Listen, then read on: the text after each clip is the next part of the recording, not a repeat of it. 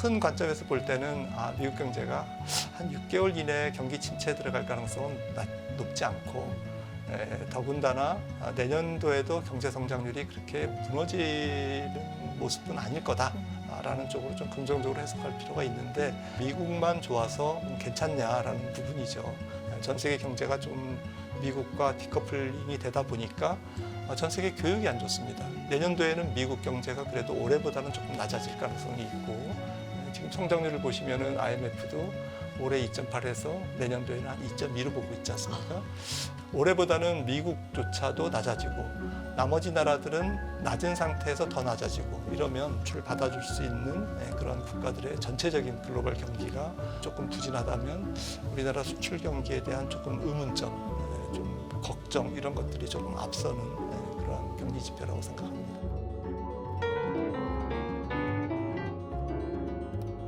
수요일과 목요일입니다. 미국 대선 특집 방송 준비하고 있거든요. 개표 상황, 또 미국 현지 반응, 여기에 따른 우리 시장에 대한 영향, 경제 영향 이런 부분들 또 전문가 의견들도 함께할 예정이니까요. 여러분 많은 시청, 관심 부탁드리겠습니다. 자, 한 주간의 경제 이야기 또 금요일에 이분과 함께 정리해 봐야 되겠죠. 모셔보겠습니다. 이코노미스트 김한진 박사 나와 계십니다. 박사님 안녕하세요. 네, 안녕하세요. 네.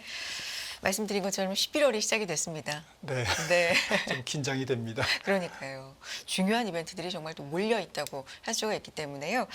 10월까지 상황 한번 보신다면 국내 시장은 진짜 어려웠고 미국 시장도 어떻게 보세요? 10월 정리 좀 부탁드릴게요. 뭐 여러 가지가 많이 있어가지고 그렇죠. 네, 네. 너무 많은 일이 있어서 그런데 뭐 10월 달에 가장 큰 특징은 국채 금리가 좀 오르면서 시장에 부담을 주었다는 점. 네. 그럼에도 불구하고 미국 경제는 굉장히 양호한 지표를 연속적으로 내주면서 좀 연착륙에 대한 기대 내지는 뭐 착륙이 없을 수도 있다. 뭐 경기 침체는 뭐 물론이고 내년도까지 걱정할 일이 없다. 미국을 걱정하는 것은 좀 어리석다라는 것을 다시 한번 느낀 10월이었고요. 하지만 뭐 간밤에도 우리가 확인했지만 네. 지금 밸류에이션이 높아져 있는 상태이기 때문에 조금 실적이 좋게 나왔음에도 불구하고 가이던스가 조금 뭐 나쁘게 나온다든지 아니면 뭐 흠집 잡기 지금 간밤에도 뭐 지금 그렇지 않습니다. 네. 그래서 약간 실적 시즌이 잘 넘어가는 듯 했지만 결국에는 밸류에이션의 발목을 잡히면서 주식시장의 변동성이 매우 크다. 그렇게 큰 시가총액의 종목들이 4~5% 정도씩 변동하는 거 보면 정말 투자 심리가 정말 좀 불안정하구나라는 것을 느낄 수 있고 그만큼 밸류에이션이 조금 높아서 시장이 작은 뉴스에도 그렇게 흔들리는 이제 그런 상황인 것 같아서 이런 부담감을 갖고 이제 11월을 맞습니다. 특히 10월 달에는 좀 트럼프 트레이드. 네. 물론 이제 사람들이 트럼프 트레이드라고 이제 이름을 붙여서 뭐 달러 강세라든지 금리 상승이라든지 이런 걸 모두 다 트럼프 트레이드로 이제 조금 끼워 맞추는 이제 그런 느낌이 좀 없지 않아 있습니다만은 사실은 뭐 어쨌든 관련이 없는 것은 또 아니죠. 하지만 또 아직까지는 또 선거 결과가 잘 좀 불투명하니까요. 지켜봐야 되겠습니다. 박사님께서 이제 종종 밸류에이션, 특히 미국의 뭐 빅테크 같은 기업들 주가 얘기를 할 때 좀 목에 찼다라는 표현을 네. 종종 좀 해주셨는데 간밤에 상황을 봐도 실적이 잘 나왔어도 어떤 성장성에 요만큼의 어떤 물음표라든지 이런 게 달린다면 좀 가차없이 시장은 좀 가혹한 평가를 하는 뭐 이렇게 해석을 좀 할 수 있을까요? 어떠십니까? 네, 시장이 좀 네. 걱정하는 것은 사실 어제 조금 실적과 주가 반응을 보니까요. 2022년에 있었던 뭐 엔비디아를 비롯한 빅테크의 하락을 좀 걱정하는 것 같습니다. 그러니까 2020년 팬데믹 때 이제 그 하드웨어에 대한 투자가 또 많았죠. 소비가 늘면서 텔레비전을 바꾸고 노트북을 바꾸고 핸드폰을 바꾸는 그러한 투자 붐이 일어났고 소비 붐이 있었는데 이게 한 2년 후에 2022년 들어서 엔비디아가 폭락하고 전체적인 빅테크들이 좀 조정을 보였습니다. 이게 이제 과잉 소비와 기업들의 과잉 투자에 따른 숨고르기 그리고 이제 그 숨고르기를 딛고 주식시장은 다시 또 달렸죠. 2022년 하반기부터 또 달렸는데 물론 이제 금리 인상이라는 악재가 지난 2022년 8월까지 주식시장의 발목을 잡아서 2022년 8월에 연준이 금리를 3월부터 거의 한 300bp 이상 올린 상태에서 2022년 8월에 S&P 500이 3,500을 저점으로 그때부터 이제 달리기 시작했거든요.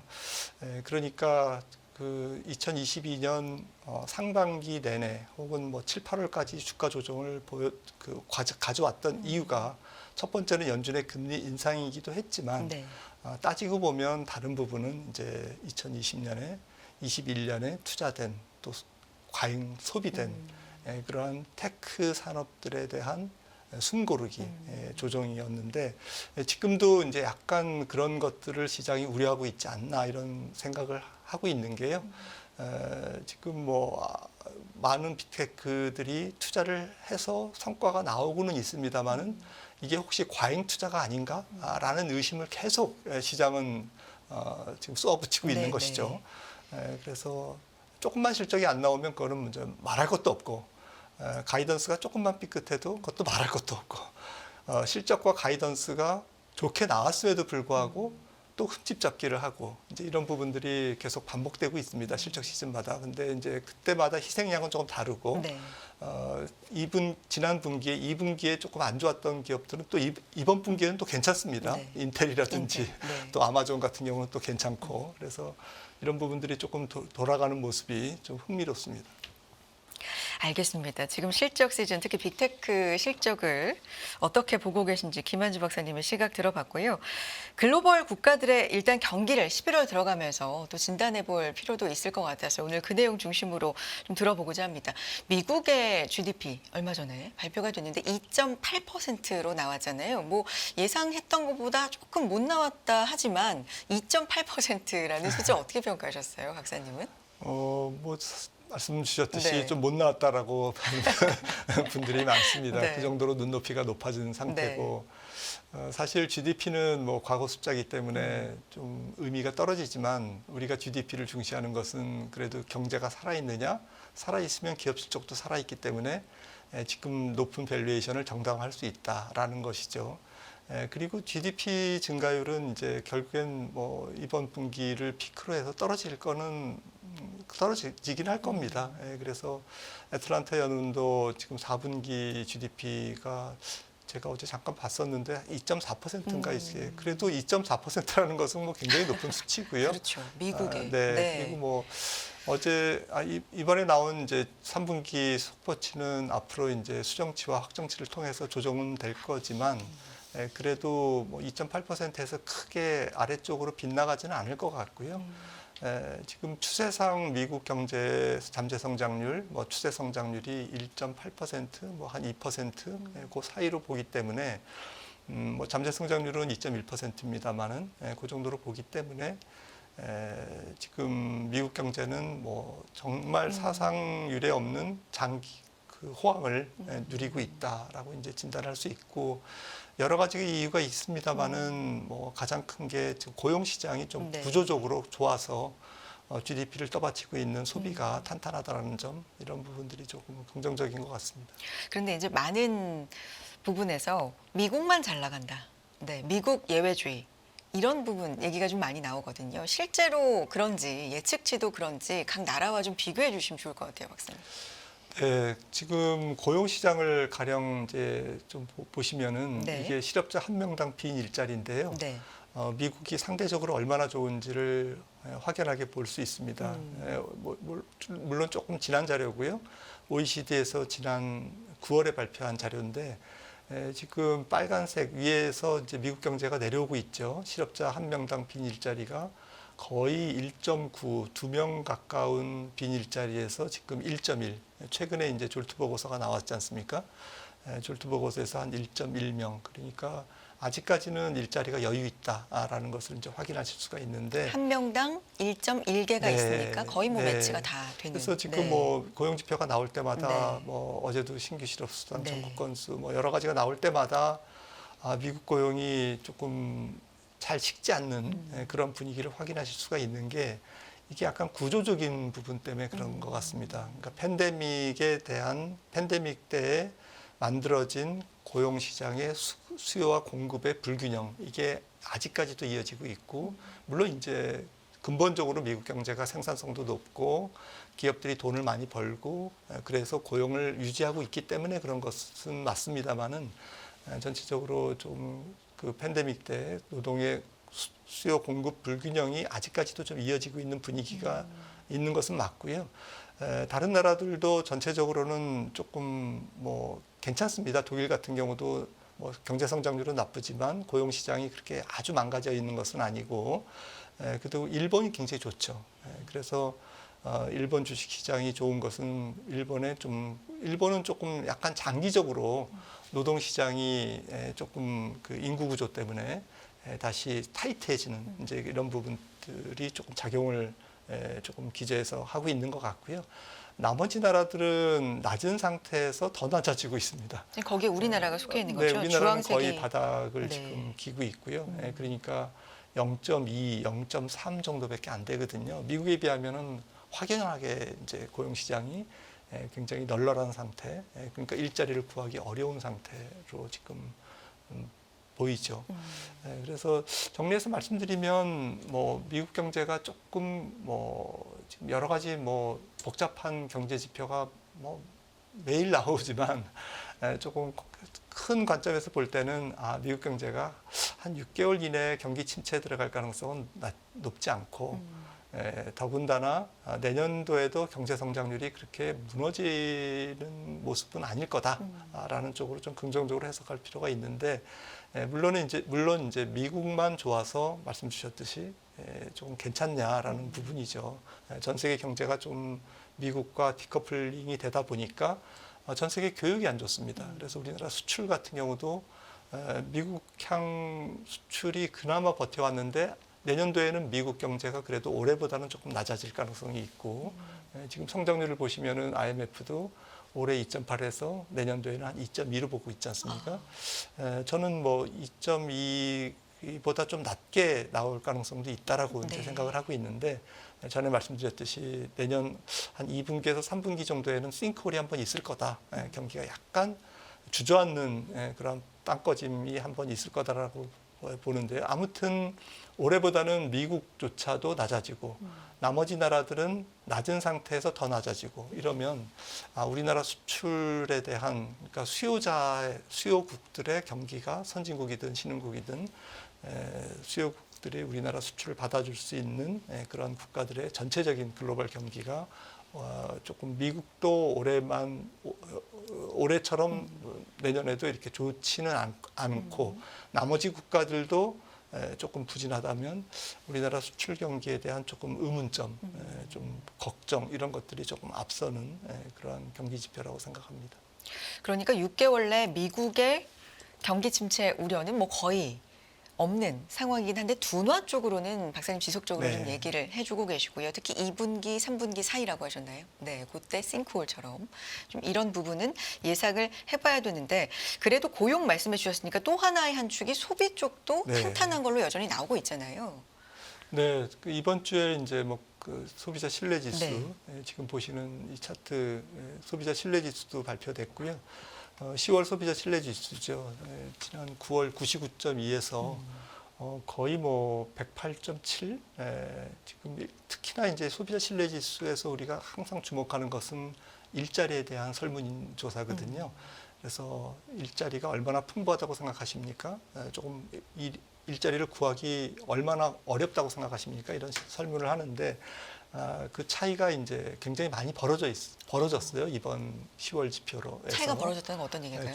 그 고용 시장이 굉장히 일자리가 풍부한 쪽으로, 네, 풍부한 쪽으로. 그러니까 그 일자리가 풍부하다고 응답자는 이제 35%고 네. 구하기 어렵다라는 응답자는 뭐 한 17%인데 이 갭이 더 벌어지면서 소비를 이제 조금 그 일자리에 대한 전망이 긍정적으로 발표됐고요. 아니나 다를까 3분기 GDP에서도 저희가 조금 확인할 수가 있었습니다. 개인 지출이 지금 0.5%, 굉장히 높은 거죠. 지금 지난달에는 0.3%였는데 0.5%, 그리고 실질 개인 소비가 0.4% 증가했습니다. 지금 그 민간 일자리, 지금 ADP 고용이 어제 나왔죠. 네. ADP 고용에서도 지금 서비스 부분에서만 21만 건이 증가했다고 지금 보고가 돼 있습니다. 그래서 오늘 밤에 발표되는 현지 시간으로 금요일 날 발표되는 비농업 일자리도 좀 어떻게 나올지는 모르겠습니다만은 어제 ADP를 봐서는 조금 긍정적으로 나오지 않을까 이렇게 생각을 하고 있어서 전반적으로 미국 소비, 개인 소비 지출, 그다음에 물가를 감안한 실질 소비, 개인 소비 지출, 뭐 이런 모든 지표들이 다 좋거든요. 네. 그래서 이게 좋은 게 탈입니다. 너무 좋다 보니까 네.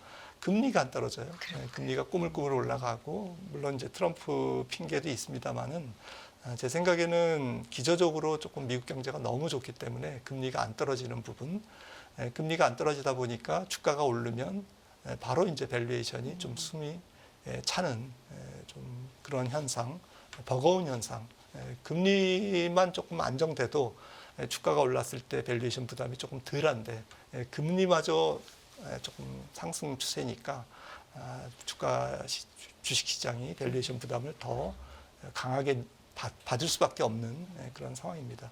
이런 상황에서 또 뭐 좀 PC 물가는 또 괜찮게 나왔어요. 간밤에. 그래서 좀 PC 물가는 그래도 이제 뭐 좀 주거비 같은 경우가 CPI보다는 절반밖에 이제 반영이 안 돼 있기 때문에 좀 좋게 나오면서 그런 PC가 조금 문제가 되고는 있습니다만은 그래도 크게 주식시장을 뭐 좀 무너뜨릴 정도로 주식시장 주가 상승을 조금 방해할 정도의 의미는 갖고 있지 않습니다. 예상치 부합했는데 근원 쪽에서는 좀 끈적하다라는 평가도 있는 것 같아요. 네, 근원이 지난 뭐 달보다 0.3% 올랐는데 소수점 둘째 자리까지 하면 0.25거든요. 그러니까 만약에 0.24만 나왔으면 0.2로 발표된 거죠. 그래서 0.25기 때문에 0.3으로 발표돼서 소수점. 네, 지난달 0.2보다 0.1이 올랐다. 그리고 이제 전년 동월 비율은 2.7, 2.7 이제 똑같습니다. 그러니까 큰 뭐 통계적 변별 의미는 없다라고 보시면 될 것 같습니다. 그렇다면 내일 이제 말씀해주신 시장이 주시하고 있는 비농업 고용을 확인하고 나서 이제 이번 주 고용 주간이었는데 이걸 다 확인하고 나서 이제 다음 주로 넘어가면서 대선도 있고 또 FOMC가 있기 때문에 내일 나오는 지표에 따라서 고용 보고서에 따라서 좀 영향이 있을 수 있을까요? 지금 대세는 25bp 이하인 건가요, 박사님? 네. 근데 이번 고용 지표는 아시다시피 조금 연준이 의미를 크게 두지는 않을 것 같습니다. 왜냐하면 허리케인과 이제 보잉 파업이 있었기 때문에 이 허리케인도 한 번 온 게 아니라 지금 9월 27일부터 생각하면 뭐 3개가 왔고요. 10월 달에는 2개가 왔죠. 헬렌과 밀턴이 왔고 그리고 보잉과 또 보잉 이외에 한 4곳이 파업했는데 특히 이제 보잉 파업이 컸고 보잉 파업으로 인해서 조금 하청업체들의 조금 신규 실업이라든지 또 고용 지표가 조금 소음이 큰 그러한 10월 고용 지표이기 때문에 오늘 밤에 발표되는 10월 고용 지표의 의미는 상당히 떨어진다.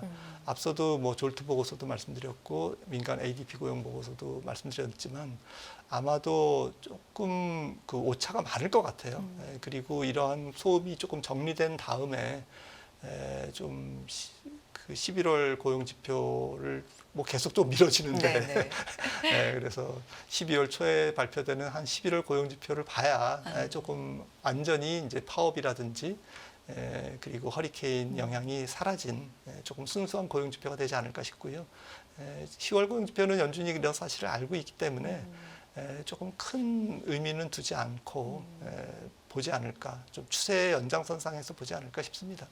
그럼 FOMC에서 주목할 부분이 있다면 어떤 게 있을까요? 지금 대세처럼 뭐 인하 25bp 이렇게 여전히 예상하십니까? 네, 여전히 뭐 조금 파월 의장의 코멘트에 네. 조금 초점이 맞춰져 있겠죠.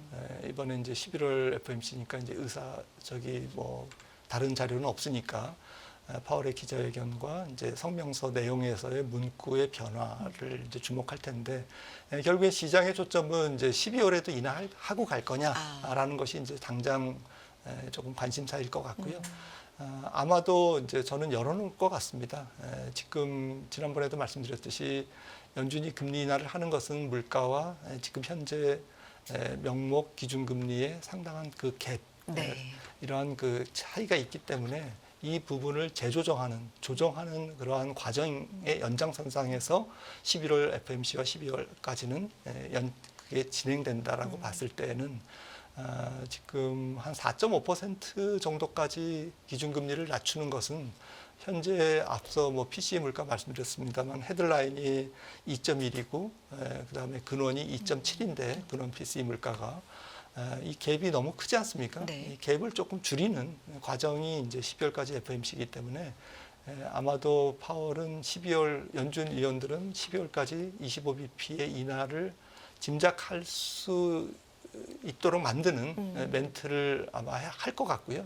파월 의장은. 그리고 이제 시장은 또 사실 뭐 또 내년으로 넘어가 있죠. 내년에 전체적으로 얼마를 내릴 거냐, 100bp냐 혹은 100bp 이상이냐라는 것이 관점인데 이 부분에서도 아마 뭐 상투적인 얘기를 할 것 같습니다. 앞으로 들어오는 데이터를 보면서 네. 결정하겠다라고 이제 좀 그런 정도의 멘트가 예상됩니다. 박사님이 이제 초반에 지난 10월 시장 금융 상황, 경제 상황을 정리해 주실 때 국채 금리를 이제 콕 집어서 특징으로 정리해 주셨는데 이게 10년물 미국 국채 금리가 4.3% 레벨대 지금 있고요. 국채 변동성 무브 지수라고 하나요? 이것도 굉장히 좀 높게 올라갔더라고요. 130선을 돌파하기도 하는 최근에 그런 흐름을 보였었는데 그럼 11월에 이벤트가 많다 보니까 이 채권 금리 방향이라든지 아니면 환율의 움직임 이런 부분은 어떻게 봐야 될까요, 박사님? 네, 채권 금리는 저는 4.3%를 바로 넘기는 어려울 것 같고요. 그래서 주식 시장에는 조금 중립적으로 생각을 합니다.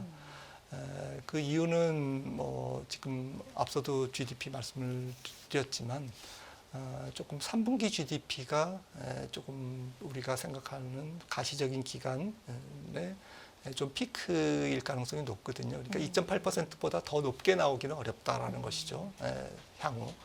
그리고 내년도 GDP도 말씀드렸습니다만은 아무튼 뭐 IMF도 한 2.2, 저는 뭐 한 2.0 정도로 보고 있고 다른 급하긴 기관들도 아니지만 서서히 내려온다. 서서히 네. 연착륙을 하는 이제 그러한 쪽에 이제 무게가 실려 있기 때문에 국제 금리가 조금 더 올라갈 수는 나중에 있겠지만 당장 올라가는 것은 아니다 연내에 이렇게 생각을 합니다. 일단은 내년도 경기에 대한 불확실성을 좀 반영하는 국채금리가 될 것 같고. 근데 최근에 좀 격하게 뭐 5%, 6%막 이렇게 보는 시각들이 있잖아요. 근거는 뭐예요? 그쪽의 근거는? 근거는 충분합니다. 네. 근거는 저도 궁극적으로 5%, 6%갈 거라고 생각을 하거든요. 네, 왜냐하면은 단기 연준이 뭐 인정했듯이 단기 중립금리가 지금 2.9%고. 그리고 경기가 안 좋아도 기대 인플레이션이 마이너스로 가기는 좀 어려운 상황이고 더군다나 이제 텀 프리미엄이 굉장히 중요합니다. 사실 금융위기 이후에 국채 금리를 끌어내린 거의 대부분의 이유는 기간 프리미엄의 하락이었거든요. 그러니까 국채 공급이 조금 굉장히 줄은 시기였고 그다음에 재정 수지도 그렇게 나쁘지 않은 상황이었기 때문에 팬데믹 직전까지는 금융위기 이후부터 금리가 거의 제로 금리까지 시장 금리가 거의 0%, 0.5%가 저점이 있지 않습니까? 0.5%까지 가는 주범이 기간 프리미엄이었는데 이번에는 이제 금리가 올라가는 시장 금리를 올리는 시장 금리를 계속 올라가게 만드는 가장 큰 요인이 이제 기간 프리미엄이 반대로 이제 작용하고 있습니다. 대규모 이제 재정 적자와 또 앞으로도 이제 조금 불확실한 미국의 국가 부채와 공공 부채와 재정 상황 이런 부분들이 국채 발행 공급을 유발하기 때문에 전체적으로 기간 프리미엄을 끌어올리는 그런 상황이기 때문에 이런 것이 단기의 적정 예상 금리와 기간 프리미엄을 더한 게 조금 이론적인 공정 시장 이자율인데 네. 이 시장 이자율 10년물 국채 벤치마크 금리가 5% 넘는 것은 하나도 이상하지 않은 그러한 이론적 배경을 갖고 있다라고 생각을 합니다. 경기가 나빠지면 어떻게 될 거냐? 경기가 나빠지면 일시적으로 조금 줄겠죠. 낮아지겠죠. 가령 뭐 미국 경제 성장률이 내년에 분기 성장률이 0%다. 이러면 국제 금리는 뭐 한 3.5%까지는 내려갈 것 같습니다. 하지만 제로 성장의 국제 금리가 3.5%다. 그때는 기준금리도 거의 한 3%대 초반에 가 있을 텐데 이거는 이제 과거에는 보지 못했던 그런 현상이죠. 그러니까 국제금리가 하방 경직성이 있을 거다라는 것에 대해서는 동의하고 있습니다. 그럼 궁극적으로는 5%, 6% 이론적으로 동의한다 말씀해 주셨는데 단번에 4.3%를 아주 많이 뛰어넘는 일은 좀 없을 것 같다는 말씀이신가요? 네, 그렇습니다. 네. 연내에는 좀 없지 않을까라고 저는 생각을 하고 있고요. 네. 아무래도 이제 단기적으로는 내년도 상반기의 경기라든지 또 주식시장도 영향을 주겠죠. 뭐 사람들의 이제 그 심리 상태라든지 기대 인플레이션을 반영하고 있으니까요.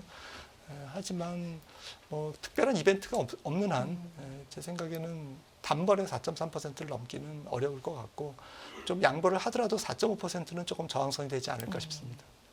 환율은 어떻게 보십니까? 네, 환율 시장도 뭐 달러가 조금 끈적끈적하게 강세를 가고 있는데 연말까지는 좀 큰 변화가 없을 것 같아요. 누가 대통령이 되든지 간에 조금 큰 변화는 없을 것 같고 지금 특히 아까 뭐 글로벌 경기의 차별화를 말씀드렸습니다만 유로존이 조금 약하고요. 거의 디플레이션 상태로 연준이 금리를 내리는 과정이지만 ECB는 더 많이 내릴 기세에 있고 일본이 조금 금리를 인상한다고 하지만 여전히 미국 금리와의 갭은 좀 차이가 있고 그래서 엔화나 유로화가 강세로 완전히 뒤집어지는 일은 좀 당장은 없을 것이다라는 관점에서 현재로서는 연말까지는 미국 경제의 조금 상대적 우위 그리고 미국 주식시장이라든지 채권시장에 대한 매력은 여전히 글로벌 자금을 미국 쪽으로 끌어들이는데 부족하지 않다라는 관점에서 달러가 큰 폭으로 약세로 가기에는 좀 어렵다라고 생각을 합니다. 알겠습니다. 박사님 다음 주에 모시면 대선에 대한 이야기 네. 좀 많이 또 해주시고 그 결과에 따른 시장이나 경제에 대한 이야기 또 들어볼 수가 있을 것 같네요. 오늘 말씀 여기까지 듣겠습니다. 이코노미스트 김한진 박사 함께 했습니다. 박사님 고맙습니다.